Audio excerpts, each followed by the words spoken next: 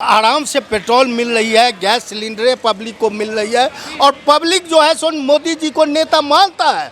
और मोदी जी बहुत दूरदृष्टा को ध्यान में रख के उन्होंने सलाह दी है भारत की जनता को। ये अच्छी उपाय है, अच्छी सुझाव हुए प्रेषित करते रहता है। इसके लिए केजरीवाल को प्राण देने की आवश्यकता नहीं है, जान देने की आवश्यकता नहीं है। गोल्ड लोन आप देख लीजिए, मैं अनायास नहीं कहता हूँ, गोल्ड लोन की स्थिति आप देख लीजिए। गोल्ड लोन जो है बढ़ा हुआ है, लोग जो है गोल्ड को गिरवी रख के 2 वक्त की रोटी खा रहे हैं, गोल्ड को लोन रख के जो है लोन उठा रहे हैं ब्याज पे। तो ये स्थिति है देश की। इन्होंने बहुत अच्छा क्वेश्चन किया कि सोना ना खरीदे। इनकी सरकार में तो गिरवी रखा जाता था प्रभु, कहाँ थे दूरदर्शी अर्थशास्त्री मनमोहन सिंह? कैसे रखा जाता था प्रभु? आज तो देश खरीद रहा है, टनों के हिसाब से खरीदा। आपके पेट में दर्द हो रहा है, कोई जवाब? अरे इनके प्रधानमंत्री हमारा रिक्वेस्ट कर रहा है, मानना आपके हाथ में, अच्छी सलाह दे रहा है समय पे। इनके प्रधानमंत्री क्या करते थे? हमारे जैसे युवाओं की नसबंदी कर देते थे प्रभु। केजरीवाल जी पे बताइए, इतने पढ़े लिखे हैं, उनको ये सिचुएशन समझ में नहीं आ रही है। उनको साथ देना चाहिए, एक अच्छे विपक्ष का रोल अदा करना चाहिए, तो वो वहाँ पे गलतियाँ निकलवा रहे हैं। सबको सब समझ में आ रहा है, सबको सब समझ में आ रहा है। सिर्फ एक रॉन्ग नैरेटिव और रॉन्ग प्रोपेगेंडा फैला रहा है। सबको सब, एसपी को भी समझ में आ रहा है, आपको भी समझ में आ रहा है, टीएमसी सबको समझ में आ रहा है। सिर्फ क्योंकि क्या है, देखिए जब सीए कानून हटता है 370 लगता है, क्या होता है इसमें? नहीं, सब खराब हो रहा है, सब बराबर है और देश मजबूत हाथ में, कोई दिक्कत नहीं, सब बराबर है। देश को एक बब्बर सेठ संभाल रहा है, कोई दिक्कत नहीं, देश आगे भी बढ़ रहा है। अरविंद केजरीवाल जी तो बोल रहे हैं कि पहला ऐसे पीएम है, पहले ऐसे प्राइम मिनिस्टर है जो लोगों के खाने पर नजर है उनकी, तो खाना कितने पे बना रहे हैं। इसके पहले भी एक कैंटीन साहब ने बोला था, क्या बोला था कि 8 बजे के बाद पेट्रोल का बंद हो जाएगा, बराबर है, ओके। इसके पहले भी बहुत से प्रधानमंत्री ने ऐसे किए कि सोना मत खरीदो, एक टाइम खाना मत खाओ। ये जी सजेशन है, नॉर्मल सजेशन है, वो एक्सेप्ट कर सकते हैं लोग, कोई दिक्कत नहीं है। हम एक समर वेकेशन में नहीं घूमने गए, एक एग्जाम्पल, तो ठीक है ना, कोई दिक्कत नहीं। कुछ अभी प्राइम मिनिस्टर के ऊपर लोग सवाल खड़े कर रहे थे क्योंकि उनकी रैली कैसी हो रही है। उनकी तो रैली होंगी ना, क्यों नहीं होंगी? उनका एक प्रोटोकॉल है, उनकी रैली होंगी।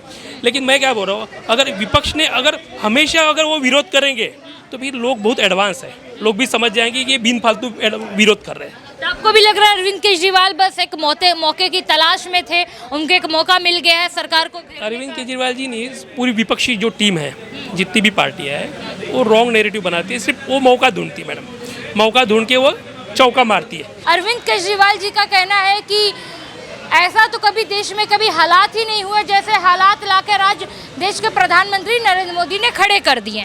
देखिए मैडम, अब अटल जी जैसा विपक्ष का नेता आपको कहाँ से मिलेगा? यही केजरीवाल, यही आपको राहुल गांधी, यही अखिलेश, वही तेजस्वी रटाया। मोदी जी दूरदृष्टा हैं। मोदी जी बहुत दिन से ये ईरान और अमेरिका का लड़ाई चल रहा है और उसमें इजराइल भी है। सारे लोग मोदी जी के दोस्त हैं, भारतवर्ष से सारे का अच्छा संबंध है। ये लड़ाई बीच में सीज फायर हो गया था और मोदी जी ने करीब 6 महीना अच्छा से देश को सारा सप्लाई चेन जो है सो अच्छा रखा और एक भारतवर्ष ही था जो हरमौज से वहाँ टैंकर हमारी आती जाती थी। लेकिन अब वहाँ युद्ध विकराल रूप लेते जा रहा है। तो हमारे मोदी जी नेता हैं देश के, और केवल देश के ही नहीं, पूरे विश्व के वैसे ही नहीं, इतने बड़े नेता हैं, वो दूरदृष्टा हैं। उन्होंने देश की जनता से अपील की है जो हम तैयारी में रहें, किसी भी संकट का सामना करने के लिए तैयार हैं। उसके लिए उन्होंने कुछ सलाहें दी है।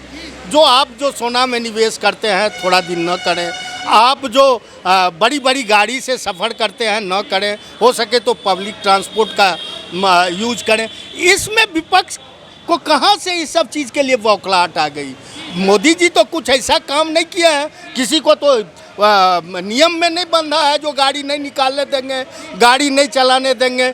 आराम से पेट्रोल मिल रही है, गैस सिलेंडरें पब्लिक को मिल रही है और पब्लिक जो है सो मोदी जी को नेता मानता है। और मोदी जी बहुत दूरदृष्टा को ध्यान में रख के उन्होंने सलाह दी है भारत की जनता को, जो आप थोड़ा ईंधन को सुरक्षित करें, आप सोना को थोड़ा सुरक्षित रखें। विपक्ष तो बोल रहा है कि ये पहले पीएम है जो किसी के खाने पे भी नजर डाल रहे हैं, खाने पे, तेल पे, घूमने फिरने पे भी कटौती करने की बात कर रहे हैं। स्वाभाविक है ना, वो हमारे गार्जियन हैं, हमारे अभिभावक हैं, तो हम पे यदि ध्यान रख रहे हैं तो एक मोदी जी क्यों विश्व के इतने अच्छे नेता हैं? वो अपने हर एक जनता पे खाने पीने से लेके जितना निवेश तक पर वो ध्यान रखते हैं और सही समय पर सही सलाह देते हैं और जनता सलाह मानती भी है। आपको याद होगा, और केवल ये मोदी जी ही नहीं करते हैं, जब लाल बहादुर शास्त्री बड़े नेता थे उन्होंने भी इस तरह की सलाह दी थी, और इससे पहले इंदिरा गांधी ने भी इस तरह की सलाह दी थी।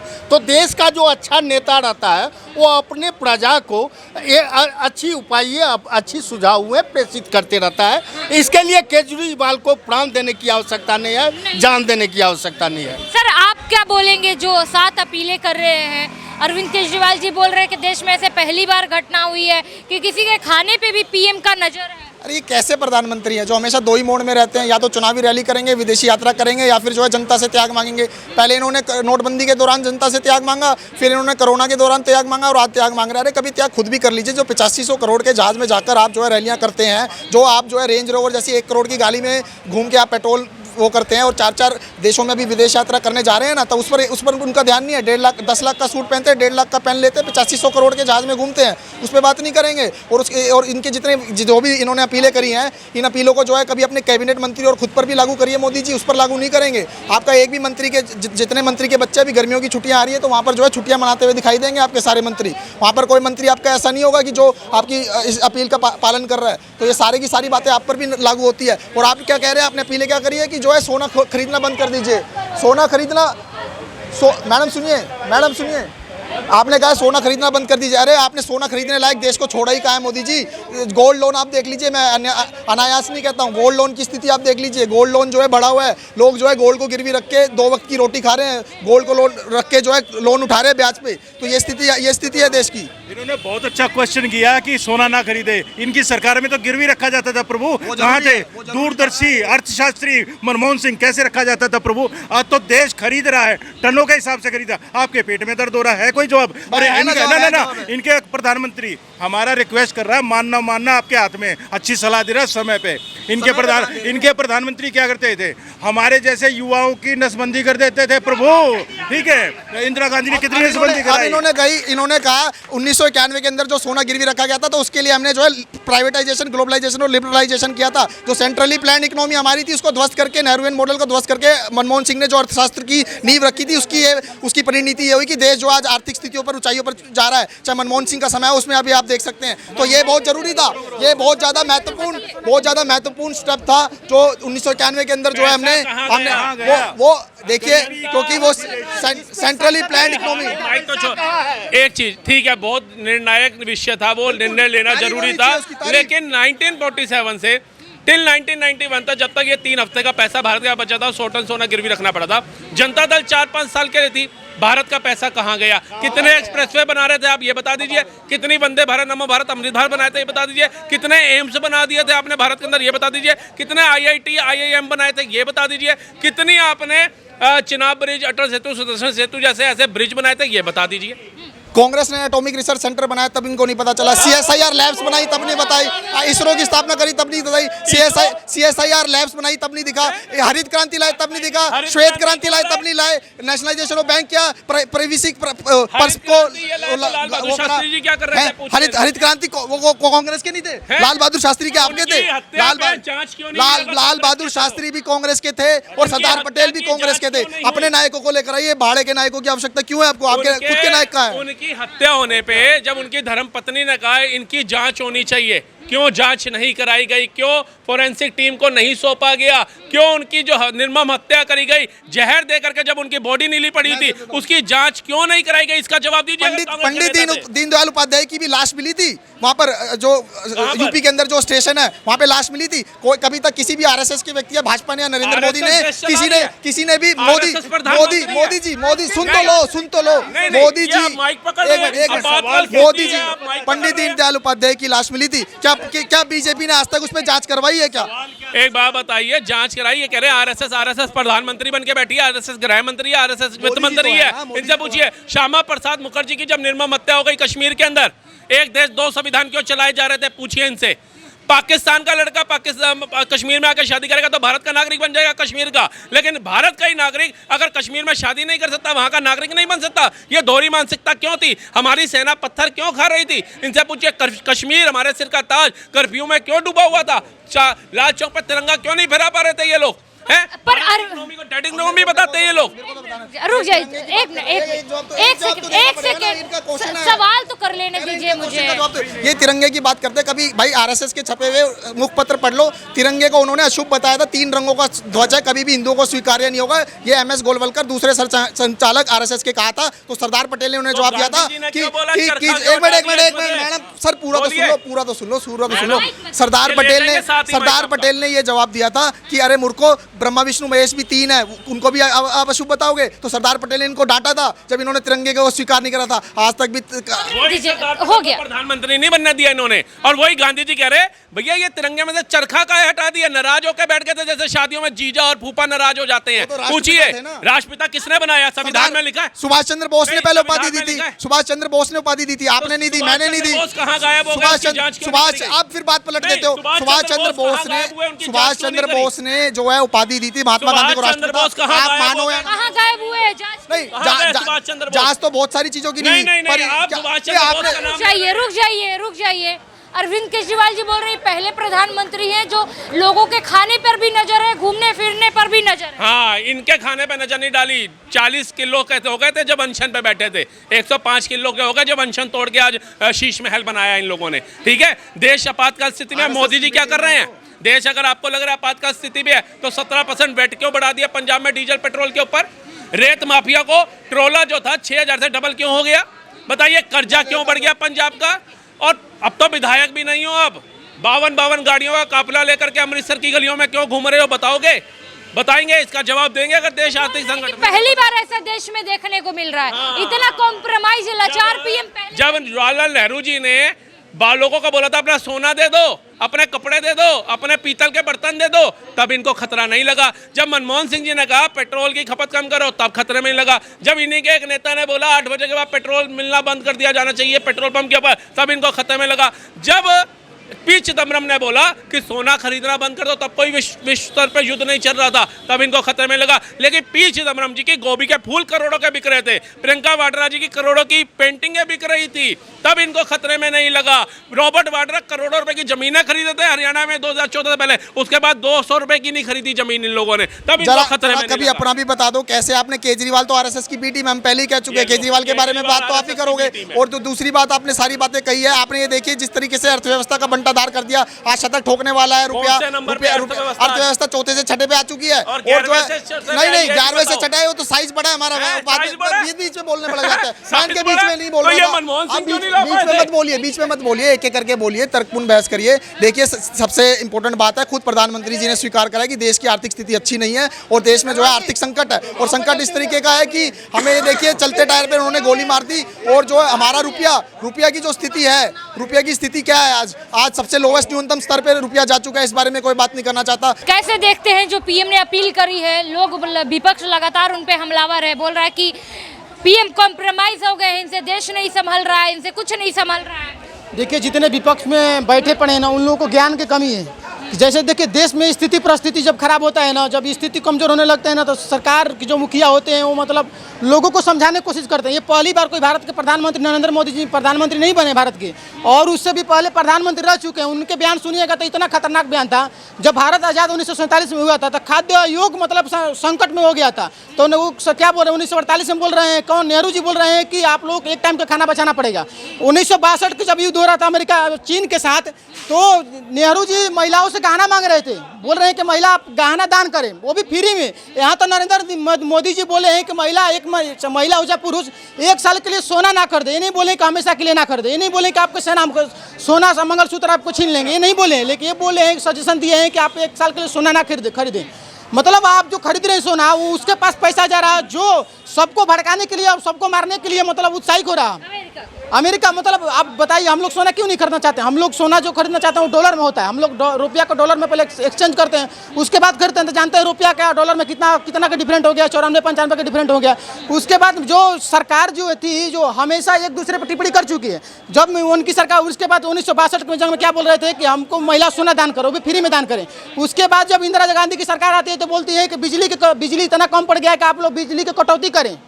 उसके बाद जब ये आते हैं तो ये मनमोहन सिंह से पहले एक और सरकार थी जो नेहरू के बाद सरकार थी, वो बोल रहे हैं कि एक टाइम उपवास रखना चाहिए। लाल बहादुर शास्त्री जी बोल रहे हैं कि देश की स्थिति परिस्थिति को देखते हुए अनाज की कमी पड़ गई है, संकट पड़ गई है, सेना के लिए कमी पड़ रही है, एक टाइम आपको उपवास रखना पड़ेगा। वहाँ ठीक है। उसके बाद इंदिरा गांधी बोलती है कि बिजली कटौती करें, वहाँ भी ठीक है। उसके बाद एक ऐसा भारत में संकट आता है जिसको भारतवासियों किसी को पता नहीं रहता है। ऐसा संकट आता है कि मतलब 67 टन सोना भारत विदेश में गिरवी कर दिया जाता है। जानते हैं एक टन सोना कितना होता है? 10 क्विंटल बराबर 1 टन होता है। उसके बाद जानते हैं कितना केजी में उसको डिवाइड कीजिएगा? 1 टन को अगर केजी में डिवाइड कीजिएगा तो ये मतलब 1000 केजी हो जाएगा। 67 टन सोना विदेश गिरवी कर दीजिए। ना संसद में इसका डिबेट हुआ, ना पार्लियामेंट में डिबेट हुआ, ना चीफ जस्टिस जानता है, ना भारत का जानता है, कोई नहीं जानता है। उसके बाद 2024 में प्रधानमंत्री श्री नरेंद्र मोदी जी विदेश से 100 टन सोना भारत लेके आते हैं। उसके बाद भी ये भी चर्चा नहीं होता। 100 टन भारत लेकर, जानते हैं 100 टन सोना कितना होता है? केजी में डिवाइड कीजिएगा तो 1 लाख केजी सोना हो जाएगा। उसके बाद जब मनमोहन सिंह की सरकार आती है तो बोलते हैं कि मतलब परिस्थिति इतना खराब हो गया है कि रात के 8 बजे से लेकर 6 बजे तक पेट्रोल नहीं मिलेगा। ये नरेंद्र मोदी जी नहीं कहीं हम पेट्रोल नहीं देंगे। ये बोल रहे हैं कि आप स्थिति परिस्थिति को देखते हुए आप सजेशन लीजिए कि कम उपयोग किए आप, मतलब जो वो आप गाड़ी 1 लोग लेके जा रहे हैं तो आप उस गाड़ी में 2 लोग भी जा सकते हैं वही स्थान पे। ये सजेशन दे रहे हैं। ये बोल रहे हैं कि आप, फिर मनमोहन जी भी बोल रहे हैं कि सोना भी कम कर दीजिए, जो हमारा इकोनॉमी खराब हो रहा है। उसके बाद परिस्थिति को देखते हुए अनाज भी कम खाइए। मतलब हर लोग एक दूसरे पर टिप्पणी किए हैं। जानते हैं हम लोग एक साल में कितना सोना खरीदते हैं? 780 टन सोना खरीदते हैं। अगर 780 टन को अगर क्विंटल में डिवाइड कीजिए, जानते हैं कितना आता है? 7,800 के मतलब क्विंटल सोना होता है। उसके बाद अगर 780 टन को अगर किलो में डिवाइड किया, जानते हैं कितना आता है? 7,80,000 किलो में सोना होता है। हम लोग जो पैसा देते हैं, अगर उसको पैसा देते हैं तो वो दूसरे को भड़काने की कोशिश करता है। तो वो सोच रहे हैं कि जो सोना कौन खरीदेगा? अरविंद केजरीवाल इतने पढ़े लिखे, उनको ये बात समझ में नहीं आ रही। अरविंद केजरीवाल जो हैं वो मुख्यमंत्री नहीं रहते हैं, ना राज्यसभा कुछ रहते हैं, लेकिन फिर भी दूसरे को पद छीन के वो खुद मतलब मुखिया बन जाते हैं। वो फ्लाइट से उड़ने लगते हैं। उन्हें कोई कहीं नहीं सोचते हैं। जानते हैं दिक्कत किसको होगा? हमारे जैसे लोगों को, गरीबों को, लोग अडानी अंबानी और करोड़पति अमीर जो लोग, उसके लिए दिक्कत नहीं होगा क्योंकि उनके पास स्थिति सब बढ़िया है। वो सजेशन दे रहे हैं कि आपके पास देखिए, जब भारत की स्थिति खराब होने वाली है, पूरा विश्व की स्थिति खराब होने वाली है। आप जो गरीब लोग हैं वो पैसा उस सोना में निवेश न करें, भारत की स्थिति बना कर रखें और आगे चल के आपको खाने के लिए लाले न पड़ जाए, इसके लिए आप पैसा जुटा के रखें। अमीरों के लिए दिक्कत नहीं होगा। हमारे सजेशन दे रहे हैं। अब सब प्रधानमंत्री एक दूसरे को सजेशन दे चुके हैं। हाँ मैडम, एक्चुअली ये जो विपक्ष का जो है, अरविंद केजरीवाल जी पे बताइए, इतने पढ़े लिखे हैं, उनको ये सिचुएशन समझ में नहीं आ रही है। उनको साथ देना चाहिए, एक अच्छे विपक्ष का रोल अदा करना चाहिए, तो वो वहाँ पे गलतियाँ निकलवा रहे हैं। सबको सब समझ में आ रहा है। सबको सब समझ में आ रहा है। सिर्फ एक रॉन्ग नैरेटिव और रॉन्ग प्रोपेगेंडा फैला हुआ है। सबको एसपी को भी समझ में आ रहा है, आपको भी समझ में आ रहा है, टीएमसी सबको समझ में आ रहा है। सिर्फ क्योंकि क्या है, देखिए, जब सीए कानून हटता है, 370 लगता है, क्या होता है इसमें? नहीं, सब खराब हो रहा है। सब बराबर है और देश मजबूत हाथ में, कोई दिक्कत नहीं, सब बराबर है। देश को एक बब्बर सेठ संभाल रहा है, कोई दिक्कत नहीं, देश आगे भी बढ़ रहा है। अरविंद केजरीवाल जी तो बोल रहे हैं कि पहला ऐसे पीएम है, पहले ऐसे प्राइम मिनिस्टर है जो लोगों के खाने पर नजर है उनकी, खाना कितने पे बना रहे हैं। इसके पहले भी एक कैंटीन साहब ने बोला था, क्या बोला था कि 8 बजे के बाद पेट्रोल का बंद हो जाएगा, बराबर है, ओके। इसके पहले भी बहुत से प्रधानमंत्री ने ऐसे किए कि सोना मत खरीदो, एक टाइम खाना मत खाओ। ये जी सजेशन है, नॉर्मल सजेशन है, वो एक्सेप्ट कर सकते हैं लोग, कोई दिक्कत नहीं है। हम एक समर वेकेशन में नहीं घूमने गए, एक एग्जाम्पल, तो ठीक है ना, कोई दिक्कत नहीं। कुछ अभी प्राइम मिनिस्टर के ऊपर लोग सवाल खड़े कर रहे थे क्योंकि उनकी रैली कैसी हो रही है। उनकी तो रैली होंगी ना, क्यों नहीं होंगी? उनका एक प्रोटोकॉल है, उनकी रैली होंगी। लेकिन मैं क्या बोल रहा हूँ, अगर विपक्ष ने हमेशा वो विरोध करेंगे तो फिर लोग बहुत एडवांस है, लोग भी समझ जाएंगे कि ये बिन फालतू विरोध कर रहे हैं। तो आपको भी लग रहा है अरविंद केजरीवाल बस एक मौके की तलाश में थे, उनको एक मौका मिल गया है सरकार को? अरविंद केजरीवाल जी नहीं, पूरी विपक्षी जो टीम है, जितनी भी पार्टियाँ है, वो रॉन्ग नैरेटिव बनाती है, सिर्फ वो मौका ढूंढती है मैडम। मौका ढूंढ के वो चौका मारती है, लेकिन वो चौका मारने के बाद कभी सक्सेस नहीं होती। जनता ने उनको बाहर का रास्ता दिखा दिया और सत्ता की वापसी के लिए ये ऐसे प्रोपेगेंडा लेके आ रहे हैं, जनता के बीच एक डर का माहौल बनाना चाह रहे हैं कि पीएम की कोई भी अच्छी बात मत मानो, ठीक है। अरविंद केजरीवाल जी तो पढ़े लिखे, उनको ये चीज़ें क्यों नहीं आ रही समझ में? उनको सरकार को साथ देना चाहिए, जनता के हित में सोचना चाहिए, वो सरकार को घेरने में जनता के हित में उन्होंने काम तो किया, एक दारू की बोतल के साथ एक फ्री कर दिया, ठीक है, और यहाँ पे मतलब घुसपैठियों का आगमन कर दिया, उनके राशन कार्ड बनाए जा रहे हैं, आधार कार्ड बनाए जा रहे हैं, उनको राशन दे रही थी यहाँ की सरकारें, और यहाँ की सरकारी ज़मीनों पे उनको झुग्गियाँ दे के जा रही हैं। तो ये देश के साथ गद्दारी नहीं है, खालिस्तान को, उस प्रोपेगेंडा को जो खालिस्तान का योजना है उसके समर्थन में खड़ा कि अगर पंजाब भारत से अलग होता है उसका पहला प्रधानमंत्री केजरीवाल बनेगा, ये खुद के वर्ड है उसके, और वो खुद कह रहा है कि मैं स्वीट आतंकवादी हूँ वहाँ पे। अब बोल रहे हैं अरविंद केजरीवाल जी की ऐसा कभी देश में सिचुएशन नहीं आया जैसा अब आ गया है, पहले कभी नहीं हुआ। कौन कह रहा नहीं हुआ? नेहरू के टाइम पे हुआ, खाने के भी लाले थे, अमेरिका से वहाँ से अनाज आता था, कौन कह रहा है? इंदिरा गांधी के हाल में भी यही था, ठीक है। इंदिरा गांधी के टाइम में तो नसबंदी कर दी लोगों की, ठीक है, इमरजेंसी लगी, 1990 में नरसंहार हुआ, भोपाल गैस कांड हुआ, हजारों लोग रात को सोते ही रह गए, कौन कह रहा नहीं हुआ?